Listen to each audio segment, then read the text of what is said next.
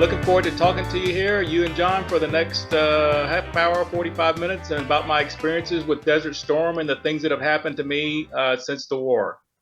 You know what? I like your attitude. Damn, John, why can't you have that attitude? Because I got all kinds of shit going on. I'm just, Well, today is December the 7th. It's Pearl Harbor Day. You know, the greatest generation. You know, we give them thanks, you know, for what we have and for what they went through. And I couldn't imagine. So I'm going to send out, you know, my thanks to the families and all that who have, you know, suffered. I mean, terrible. Pearl Harbor was terrible. With that being said, December the 9th is a very important day, everybody. John and Wade are going to be wearing bright pink lipstick when the Navy kicks the shit out of the Army. Even though we're favored to lose, I got faith that Marines, any of you guys that are playing football, y'all need to step up. Yeah, because I need y'all's help. Because if I lose, I will wear that Navy uniform that little thing I wore whenever I met with you.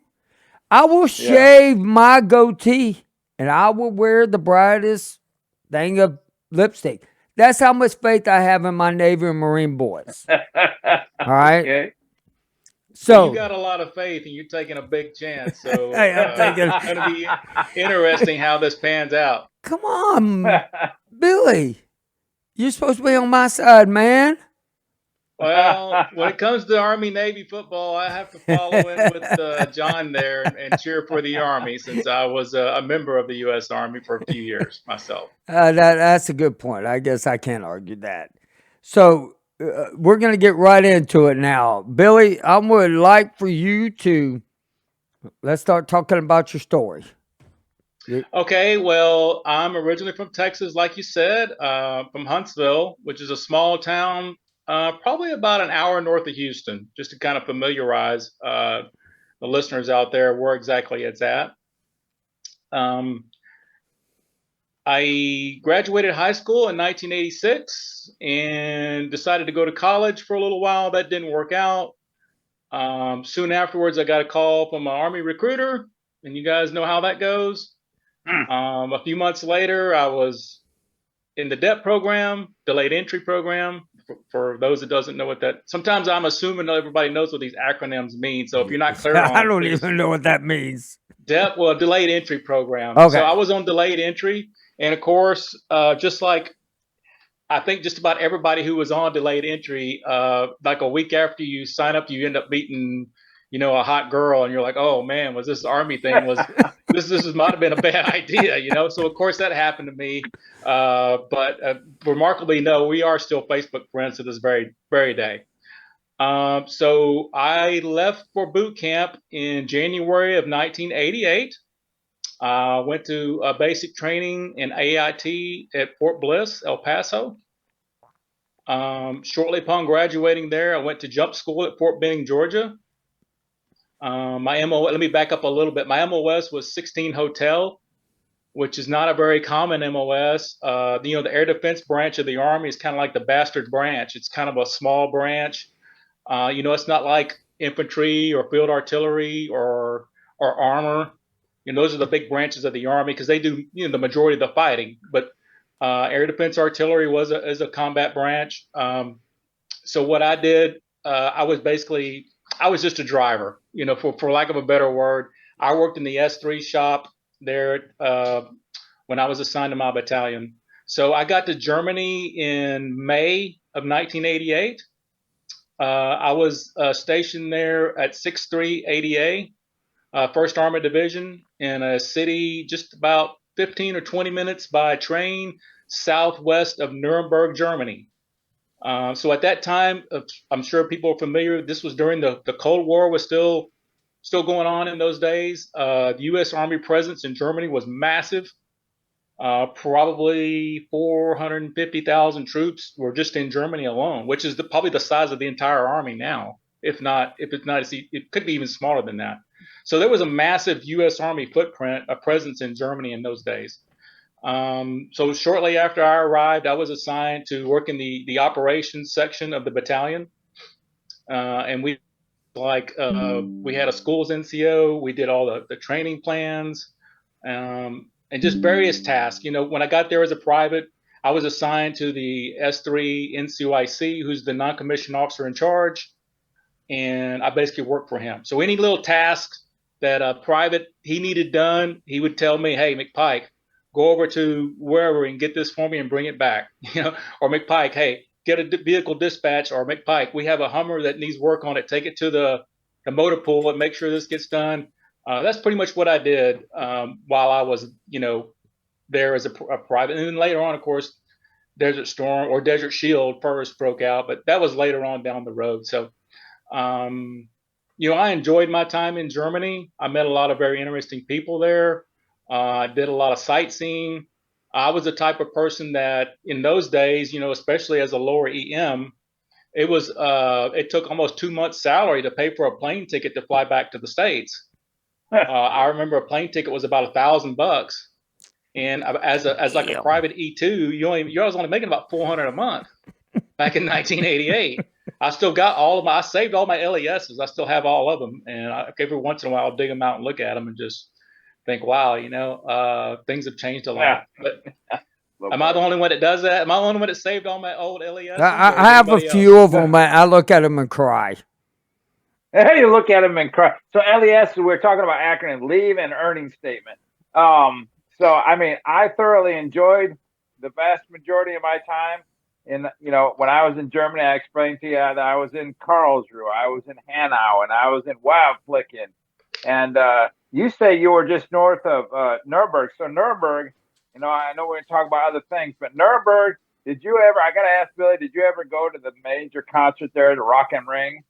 Yes, I did. We had the Monsters of Rock one year. I think it might have been my first year I was there. They had Monsters of Rock. That was a great show. I did go to that, but Nuremberg was kind of a hotbed of music. Not just rock, but there were pop singers, country stars came there. So there was actually a lot to do in and around Nuremberg itself. So I really got lucky compared to some other people who may have gotten stationed a little further. But one of the things that people don't realize that in Germany, you can't really get too far away from a city because it's a relatively small country. Right. I mean, so you can't get really too far out and kind of, CONUS Army, which stands for Continental U.S. Army, you could get stationed at some far off posts. Really is a long ways from a big city and be kind of stuck there with not a lot to do.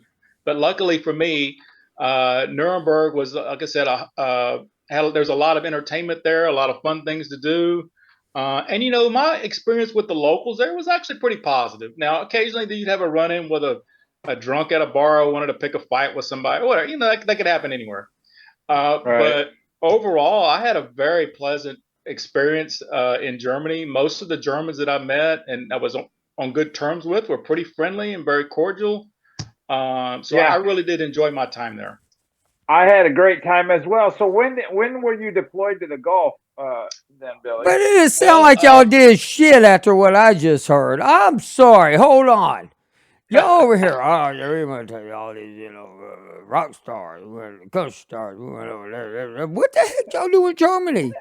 Well, I'll tell you, Kevin, and John can kind of verify this. If you were in a combat field type unit, 1st Armored Division was a combat armored division. We did multiple field ops every year. We went to the range twice a year. Twice a year. We went to a training, a maneuver training twice a year. We went to Wildflicken at least once a year. We went to local training areas at least once a month for like a weekend or 4 or 5 day operation out there. So, in a 1 year time span, it wasn't unusual to spend 6 months out, away from the barracks. Yeah, 6 months out. Yeah, 6 months out of a year. Of course, I realized that in the Navy, you guys think roughing it's sleeping on a bunk instead of a mattress. But hey, I worked all 12 months. I didn't work 6 months out the year. Now hold on. Now Kevin's sitting there talking shit like we didn't do much. But what he's not telling you is that while he was in the Navy, we were in this thing in the war, Desert Shield, Desert Storm. What he's not telling you is that while he was there, he had the opportunity to go on shore and go out and go to these clubs and go to have a great time. Whoa, time out. We rode did that camels. shit. We rode camels. I mean, that is not going to a club. It's not like I said, hey, camel, you want to dance? I mean, You make it sound like we didn't do shit. We go to the field. I didn't make it sound like it. Construction engineer. We build shit. We blow up shit. Y'all made it sound like that y'all didn't do shit with that conversation about did you go to the music bar? Did you go to this? Well, I'm just saying. If that's the impression you got, I think that's good. But in reality, John knows that there's a lot more going on than just good times while we were there. Yeah, but I mean, actually, Oh yeah, sounds like it. Yeah. What y'all gonna do this weekend? Oh, we're gonna hit the Bears. After the Bears, we're gonna go on down here, watch us a little bit. If we weren't out in the field doing some type of training, then and we were at home, and we were back at home station, either in the barracks or if you lived on the economy. On the weekends we went out and had a good time. I mean, that's good though. That was pretty normal. That's good, and you should. I mean, everybody should enjoy their military time. I worked all the time. I didn't have all that time to have. You were. So you know what I mean? It was you work my ass. you work hard getting on off the ship when you're drunk. All right. So during Desert Shield, Desert Storm, Billy, I'll change the subject now before I get my ass chewed. During Desert Shield, Desert Storm, like what was it like for you there? Well, in the run up to the war was a little bit different. I think because I was in Germany already compared to a lot of people's experiences. So, like everybody else, when Iraq invaded Kuwait, most of us there really didn't know too much about the inner workings or the whole situation. We knew that Iraq had been involved in a war with Iran a few years previously, but we didn't, there wasn't a lot of information flowing out about what exactly was going on and why there was an invasion. So being in Germany was a little bit different. I remember, when the invasion happened, obviously within a few days, we had AFN over there, Armed Forces Network, which I'm sure John recalls. So, but that was the only news outlet we really had, unless you spoke German and could watch the local channels. And I didn't pick up enough German to be able to do that. So when all the units started going from the States, like the 82nd and the 101st, I think 24th Mechanized. Those are probably the first three big, huge deployments that went over there initially. And there's a few more that I'm sure I'm forgetting about, but those are the ones I remember.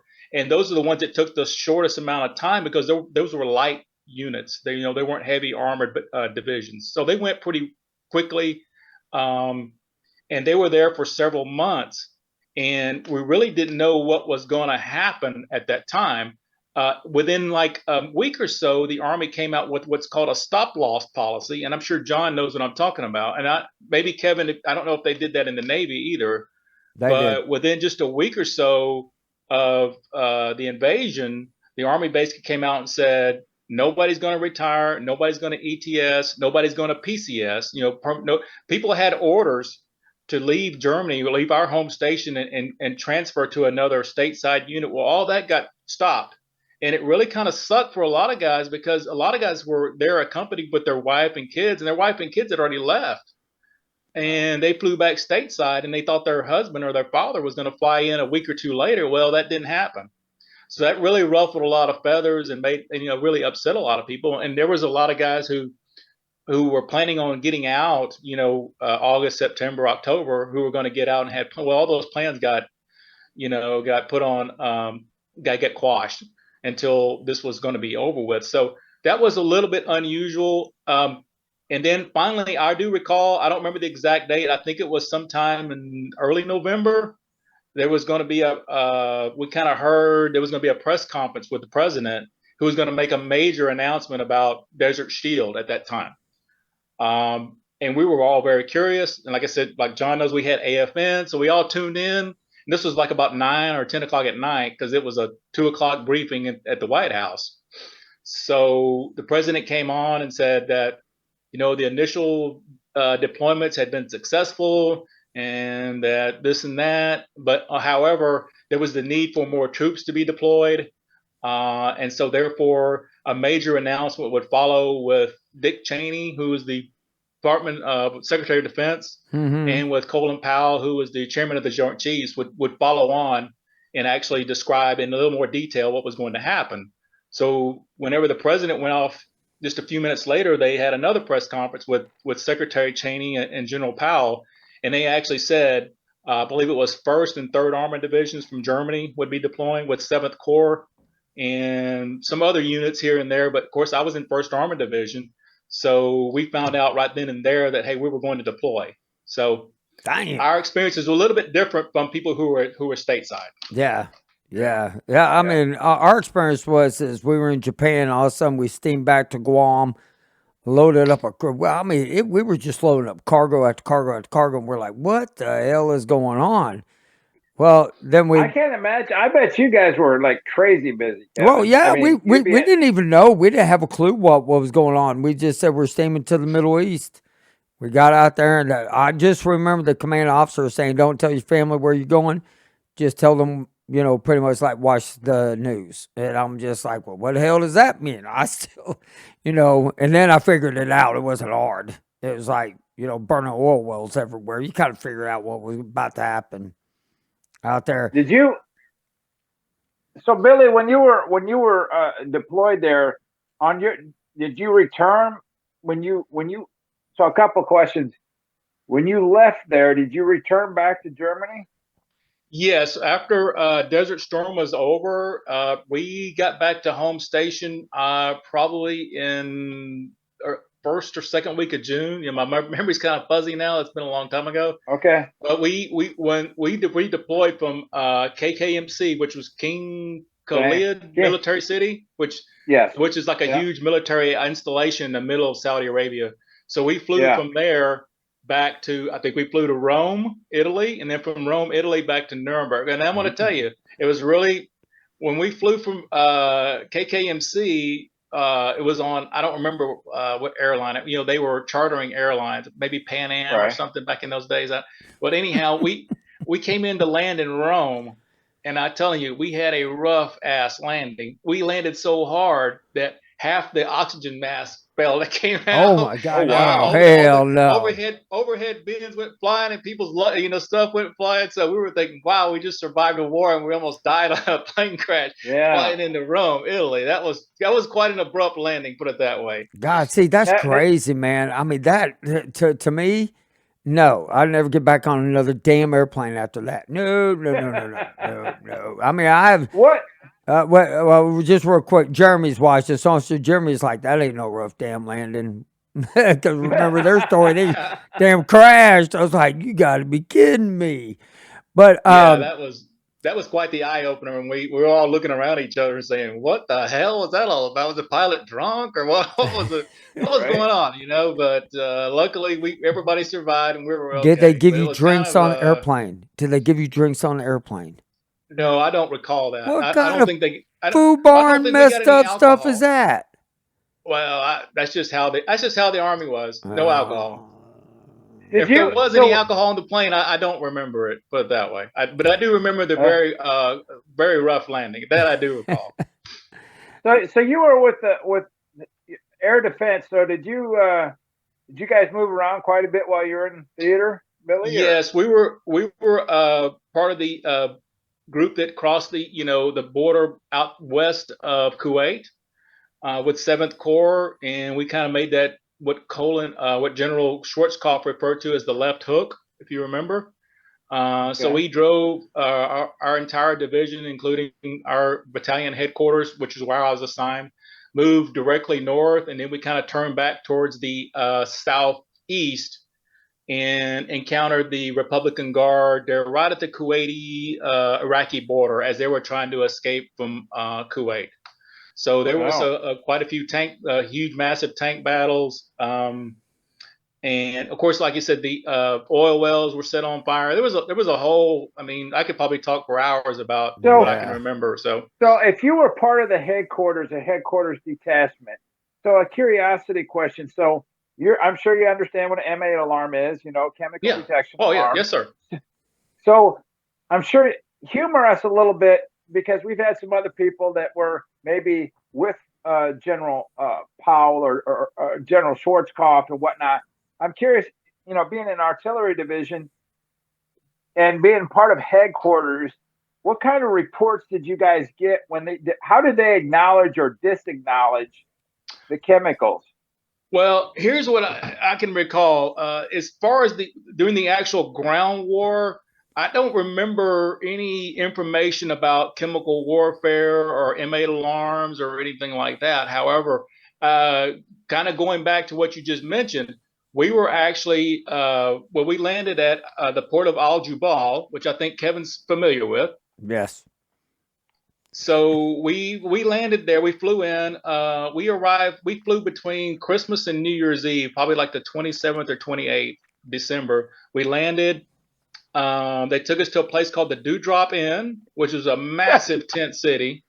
Which Oh, a okay. Dewdrop Inn, I think that's from the Waltons or something. I don't remember where that Yeah, I came think you're from. right. I think I you're think right. okay, Yeah. so we were at the Dewdrop, which is a huge, massive tent city. I mean, there were hundreds, if not maybe even thousands, of tents that had GIs just crammed in them from like elbow to asshole, basically. Um, kind of waiting for our vehicles to offload because one of the things the Army overestimated was that how quickly they could get these ships in and get all the equipment offloaded. So a lot of the ships just couldn't get in because they didn't realize all this. It was just taking time, And there was I know for sure that one of the huge roll on roll off type ships apparently left Bremerhaven, Germany, and I think a boiler went bad or something. They had engine trouble, so they had to turn around and go back and get some repairs, and that took an extra 4 or 5 days. And so a lot of Oh, the equipment just took a lot longer than they thought to actually physically arrive there in Saudi Arabia. I'm sorry. So, but while we were there, we were there for about 3 weeks. Well, the deadline, if you guys remember, I'm sure you do, the deadline was January 15th for Saddam to leave Kuwait, or there was going to be hostilities. So January 15th kind of came and went. And of course, the very next night is when hostilities broke out. And that's when the first air attacks from the coalition side went into Iraq and began bombing targets. And, we saw later, well, of course, we didn't see it because we were there. But I mean, you've all seen the videos now of what happened. But it was several days after that and it might have been the very next, I'd have to go back and look exactly when it happened. But while we were there at the Dewdrop Inn, one night we had a missile attack. Several scuds were fired at the port of Al Jubal and at the Dewdrop Inn because they knew there was thousands of GI and we were unprotected. We had no overhead cover or anything, so it was a ripe target. So several scuds were fired in that area and they landed and exploded and multiple M8 alarms were going off, just like John said. But so That's crazy. I can recall at like 2 o'clock in the morning being in a tent and our first sergeant come running in with Mop 4. Okay. And I know John knows what Mop 4 is, but he had full gas mask and full suit on. Okay. Chemical suit, and came in our tent screaming and yelling, "Hey, get into Mop 4 and get," because there was a dispersal area that we had. Hey, said, "Get in Mop 4, grab your weapon, and get in the dispersal area. We're under attack." Chemical M8 alarms are going off as we speak, and they were. So we got up as you're amazed at how quickly you can get all your stuff on when you think you're going to lose your life if you don't hold your breath. You damn right. If you don't hold your breath long enough, you could die. I mean, so yeah, you'd be surprised how quickly you can get all your stuff on. Okay, grab your helmet and your M16 and run out to where you're supposed to go. So there were M8 alarms that were going off. Of course, later the military said that they were all bad alarms. Yeah. So there, and that's what I was kind of after, That's Billy. Did your command acknowledge the fact that those did indeed? But you just answered the question. Answer it. So they reneged on the fact that they were false alarms. That's That's what correct. I Yeah, was. they pretty Yeah. much followed the Army line that was, hey, these were all just happened, and there were dozens of these alarms oh that went yeah. off. So, no, they pretty much towed the official Army line. Nobody with any rank or authority that I was associated with there, or that I heard while listening to different, division radio networks, ever acknowledged that any chemical weapons had been used, or So that any coalition troops were possibly exposed to chemical weapons. They told all of was- us that. Army, Navy, Air Force, and Marines. That's just the craziest shit I've ever heard. Yeah, I think Crazy. that's actually one of the few common, between all the branches of service, probably all have that in common. That none of us, a lot of there was obviously some exposure there, but all the official lines of all the branches of the military were that, hey, all the warning systems were all flawed. Which Yeah, they there weren't. a possibility that one or two were bad, Right, but not all of them. not 30 or 40 of them. How- That doesn't make any sense. So I want to fast forward a little bit. So are you having any problems from some of that stuff that you experience out there, like neurological? I have. What's going on? A lot of the classic Gulf War illness syndromes I've had for years. I've had issues with headaches, migraines. I've had issues with irritable bowels.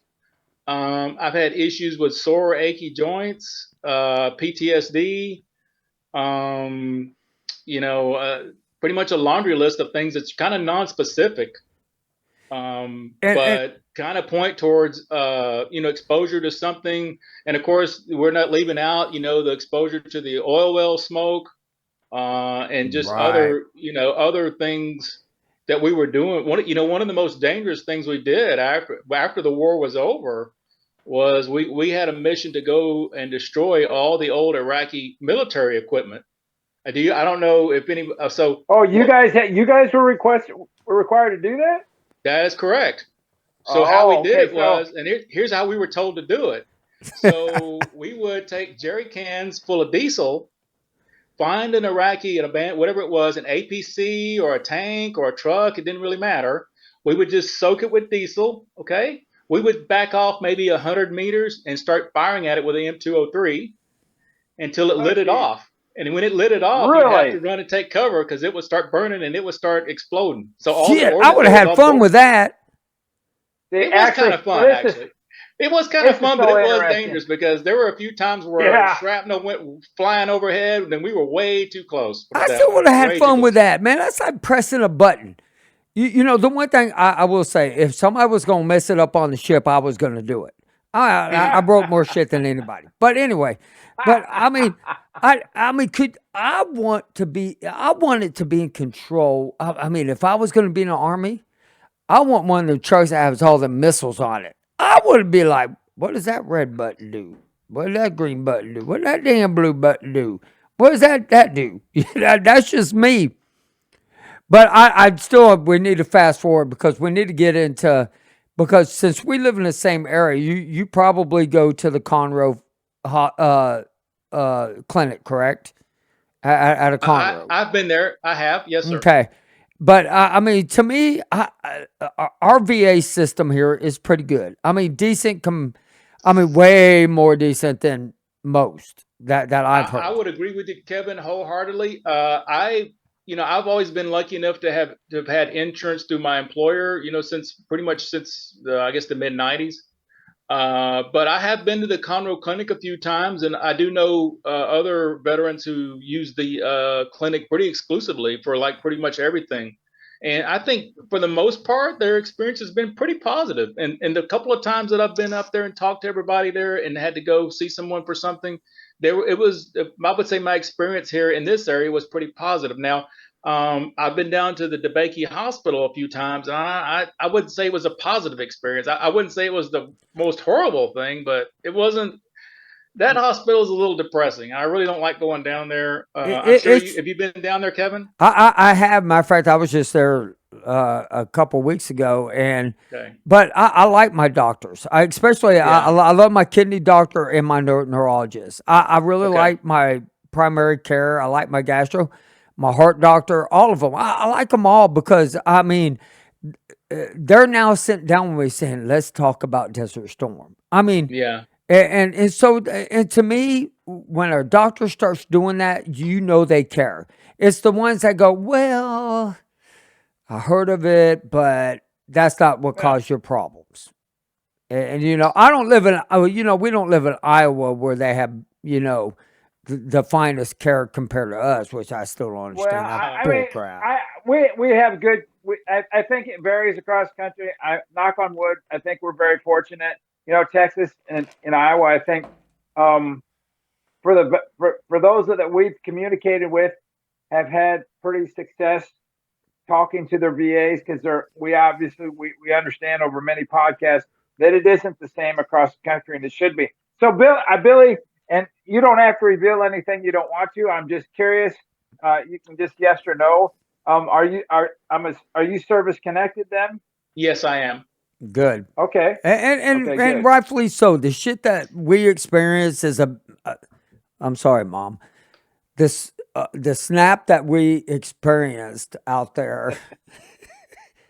My mom warned me about my language. So I'm trying to hold back because I get angry at these issues. Make me angry because the stuff that we experience, they're acknowledging, but they're not acknowledging. They're putting it out on paper. They're putting it on their website. Yes, y'all were exposed to this. Y'all were, y'all came in contact with all this stuff, but yet everybody's still fighting to get something. I don't get it. It's just wrong. Well, Kevin, I've been in the system, and like a lot of other vets, I just didn't know. For whatever Right. reason, I was just busy with life. Whenever I got out of the military, I started a career, and I got married and divorced a couple times in there, and had some kids here and there, and I kind of just, my physical issues that I was having, I just kind of assumed it was just because I'm getting older and I'm an adult. But then later on, some things started kind of developing, and I really wasn't sure. But I just didn't take the time to kind of research what was going on. Well, And but eventually I did. And about 3 years ago, I really said, hey, you know what? I really need to start. So I went and visited the local VSO here with the DAV here in Conroe, and he kind of opened the door for me to file a few claims, and some of them have been accepted and approved, and some of them haven't. So I'm still kind of navigating the system, and well, you I think a lot of veterans just they need to take the time to figure out to come up with a good strategy as far as how to file their claims, and you can't really file them in a haphazard manner. You kind of have to think about what are the best claims to file, and then what could I file secondary upon. exactly, If exactly. if you strategize this thing correctly, yeah, it's going to take some time. I mean, I get it, but I think most veterans would probably be successful if they kind of took the time and talked to a good BSO who could tell them, hey, look, here's what I think your best choices are. Let's start with this, and because and like I said, every situation is different, and every individual is different. And So I do want to work with you though, also on secondaries, primaries, and all that sure, stuff because I navigated through my VSO. correct. And my VSO is in Conroe, and she's navigated, so she's been doing it. I think I was one of her very first client or Uh-huh. helper, or, somebody who she helped. Yeah, client's a good word for it. Yeah, and I mean, so that's why I recommend having a good VSO officer. But the other thing is, and this is where we're going to get into a little bit of the controversy, everybody. So don't be pissed at me. But I just want y'all to know, y'all can go look at the Washington Post, bring it up. Did Saddam have the right to go into Kuwait? And Al Jazeera, I've read several articles about how Kuwait funded the Iraq and Iran war to Iraq. And the way that I read it and the way that Iraq was explaining it to the news reporters was that this is their story that, Kuwait inflated the oil, just started producing so much oil and getting oil produced that they couldn't pay the bill back to them. They were having a very hard time paying the bill back to them. But on top of that, there was also stories saying that Kuwait was stealing oil from Iraq. It's just so hard to know what is the truth these days. And I mean, for everybody sitting out there, you really got to think, you know, I don't think anybody's right to go in. I think you should do it diplomat. You know, have some diplomacy and have all that. But if their claims was true, what does that say? I mean, to us, it's an endless war. It's not going to stop. I mean, the Gulf War, the Middle East is an endless war in my eyes. I don't know about anybody else. That's just how I feel about it. I mean, what do you think, gentlemen, Army boys? Go ahead, John. Well, I mean, the government tells us what they want us to hear, and the various news organizations that want you to watch, listen to, they do the same thing. I guess as an adult, you have to pick and choose what you believe is true to be true. I don't. I've heard some things back and forth. I mean, as a military member, we do what we're told to do. Right. You know, that's the end of it, and you do your job to the best of your ability.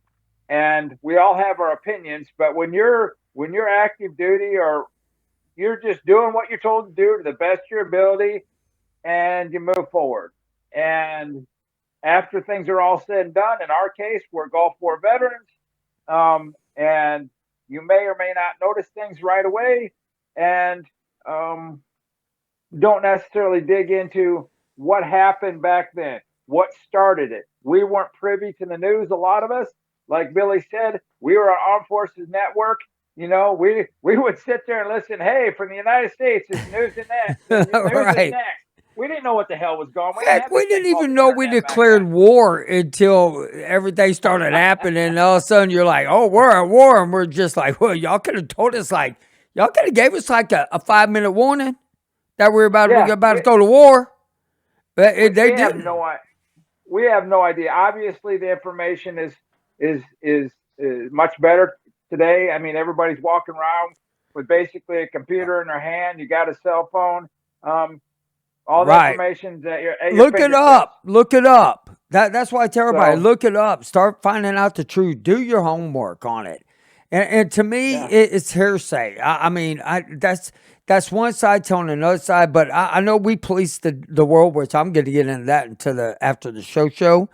But Billy, I'm going to leave it to you on what you want to say about this before we get off. Well, here's kind of my take on that. There's probably something to be said about that article. I do know that, of course, back when everything happened, we didn't know. But in the years since the war, there has been a lot of information that's been put out, and some of it's probably, there's some credible information here. I wouldn't be so quick to just dismiss. I know a lot of people are automatically going to dismiss something from, like you said, Al Jazeera. But actually, over the years, I've found Al Jazeera to be a pretty good source of information about anything coming out of the Middle East. Oh yeah, and even when the war broke out in the Ukraine, I think Al Jazeera was one of the first channels I looked at on YouTube to find out what was going on. So I think they're actually a pretty good source of information. I do know that there was, like you said, and from 82 to 86 or 88 rather, we know that Iraq was involved in a very costly, bloody war with their neighbor Iran. It is true that the Kingdom of Saudi Arabia and the Kingdom of Kuwait and others loaned Iraq billions upon billions and billions of dollars to fight the war, because those countries felt that Iran was a threat because of the revolution had ousted the government and ran the Shah off into exile. And the Shah at that time was considered to be the most powerful ruler in the region. He was the last person that was thought to have ever going to leave power. So when he was overthrown, I think it scared a lot of the other kingdoms, that the same thing could happen to them. So whenever they went to war with Iraq, they were back in Iraq 100%, hoping they would just crush Iran and put this revolutionary stuff to rest, so they wouldn't have to worry about it in their own countries. Yeah, so in other words, they were fighting a proxy war against, the Shia Muslim movement with another country. Right. So we all know that to be a fact. Well, when the war ended, it pretty much ended in a stalemate. Neither country could decisively defeat the other, and there was finally a peace that was a peace treaty that was signed, and basically, neither side really gained anything except lots of casualties, lots of dead soldiers on both sides.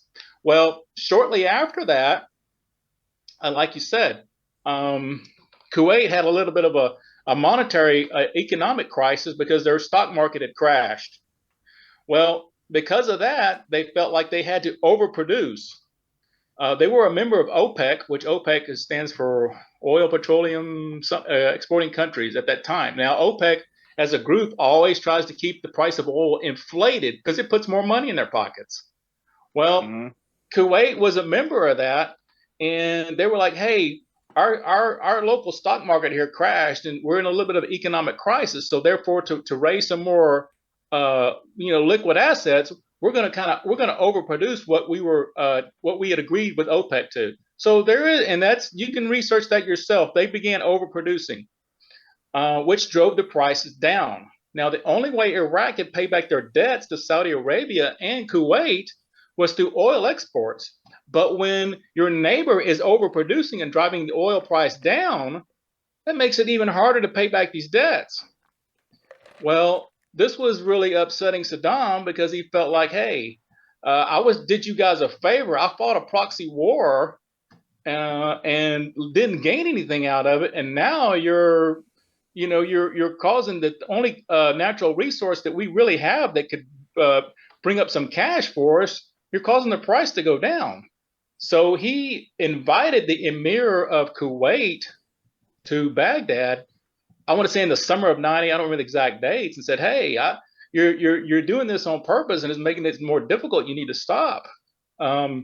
He also made mention that they were doing the slant drilling and stealing Iraqi oil. Now, was that type of drilling possible in those days? Some people say it was. Some people say it wasn't. Right. I'm not sure. I do know that after the war, they redrew the border there between Iraq and Kuwait. And those were Mania oil fields that were Iraqi at that time or now belong to Kuwait. So do we really know? I mean, I don't know whether they did or didn't, but it just kind of makes you wonder whether or not does. George H.W. Bush and that administration, did they know all this before, they sent a massive troop commitment and put the country on a war footing? And on top of that, I will say we have the greatest military in the world. We are, the greatest military in the world. We have outstanding allies that help us with everything. And we should be grateful for having allies. We should be grateful for everything. But, man, we're about to go into after show, and I'm going to say what I want to say in that, not on here, because, it's just everything as the years go by. If they lied to the Vietnam vets and about Agent Orange for all these years, and they knew about it 6 months later, and then they lied to us when they knew it a year later for 35 years. For 30 plus years. I don't know if it's 35, but it feels like, forever. What else could they lie about? But right now, we're going to go into the after show, everybody. I'm going to thank y'all for watching, and we will see y'all next week. And by the way, next week is the round table. There's either going to be one of us wearing lipstick, or there's going to be a buttload of Army guys wearing lipstick on my show. So y'all have a great night, and we will see you next week.